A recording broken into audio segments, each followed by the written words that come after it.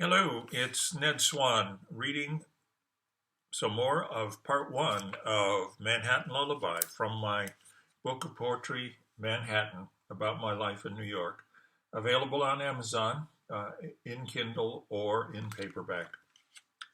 But getting on with part one of the Manhattan Lullaby.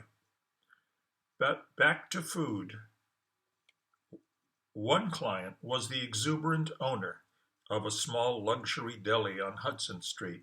He paid me in food, exotic imported food such as I had never seen or even dreamed about before. Cheeses, charcuterie, pastries. It was all a revelation. I happily worked for food. Then my daughter was born at Roosevelt Hospital. A lovely little thing, but terrifying. How could I support her?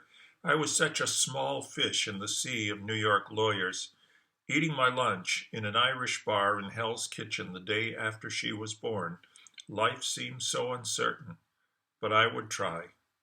Leafy West 21st Street with the seminary across the street. Clement Clark Moore taught Greek there when he wasn't writing A Visit from St. Nicholas, or The Night Before Christmas as it is often known. We had a lovely garden and a first floor apartment there in an old fashioned brownstone owned by a writer lady. One of the buildings built by Reverend Moore when he developed his family's Manhattan farm into a grid of streets and homes that became Chelsea. Tony Perkins was a neighbor. That made you think twice about taking a shower. But he seemed nice enough, no sign of Norman Bates, living with his beautiful new wife, Barry Berenson. She's dead now, of course, one of the many tragic victims of the 9/11 atrocity. But I remember the day in the late 1970s when Jack and his partners opened the Empire Diner, a monument to Chelsea's transformation to cool, and a landmark in my life. Tony Perkins stood in the midst of the crowded sunny diner, in baseball cap and a big smile, holding his new baby in his arms with his wife at his side. My wife and I would bring our baby into the Empire Diner, lay her on a table while she ate, and Jack would make kind remarks about how beautiful and well behaved she was. Years later, when I had moved to London and the Empire Diner was no longer on the other side of my garden wall, I went there one night for memory's sake. Jack was, as he so often was, sitting at the counter. I showed him a picture of the beautiful 18-year-old my daughter had grown into. He was taken aback by the passage of so much time. An Empire Diner baby had become a woman, and now he's gone. And my daughter is 35, still beautiful, but perhaps not quite so well behaved. What would Jack say now? The Bethesda fountain, why does that remain so vivid in my memory? Off the 72nd Street Central Park crossing.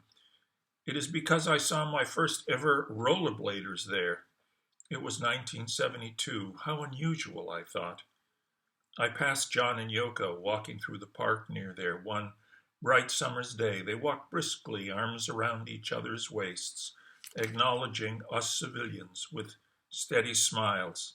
John's hair was cropped quite short then, almost shaved. They lived nearby at 72nd Street on Central Park West in the fantastical Dakota, up till then famous as the setting for Rosemary's Baby. I did not then imagine that the city that John had come to love so well would kill him so brutally. After that terrible murder, a friend of mine, an able Harvard Law graduate, was appointed by the court to represent John's killer. He had to move out of his apartment because of death threats, but he was unintimidated, and although I doubt it gave him any personal pleasure, he carried out his duties calmly and professionally.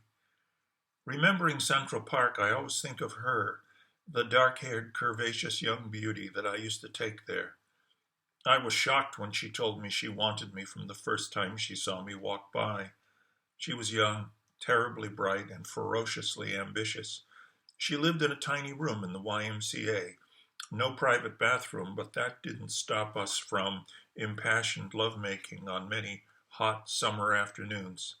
I knew I was just another one of her youthful exploratory adventures, but I was no less grateful for that. That's enough for this evening. I will read you some more of that. We'll get into part 2 of the Manhattan Lullaby as the story goes on. Thank you very much. And remember, you can buy a copy of my book on Amazon in Kindle or paperback.